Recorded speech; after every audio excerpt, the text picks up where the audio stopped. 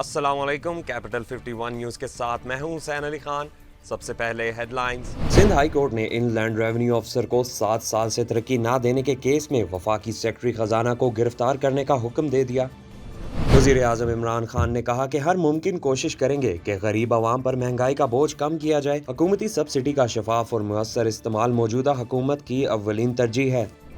अफगान तालिबान का कहना है कि अफगानिस्तान से गैर मुल्की अफवाज के इनखला पर अफगान हुकूमत और जो बाइडन इंतजामिया के साथ मुज़ाकरात का आगाज हो गया है।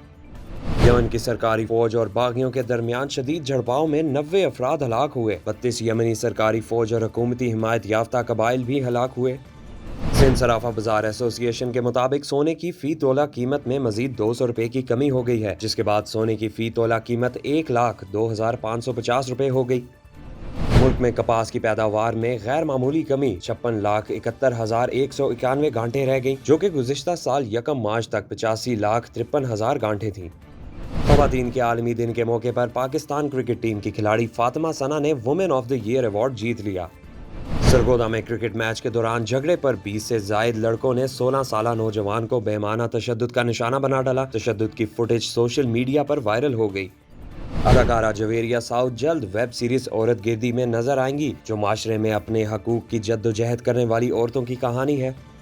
गुज़िश्ता रोज कैनेडियन ट्रैवलर ब्लॉगर रोजी गैब्रियल ने पाकिस्तानी सियाह और व्लॉगर आदिल आमिर के साथ रिश्ता अज़दवाज में मुंसलिक हो गई। इंस्टाग्राम पर शादी की तस्वीर और वीडियोस शेयर की। ये थी अब तक की हेडलाइंस। मजीद जानने के लिए देखते रहिए कैपिटल 51 न्यूज़।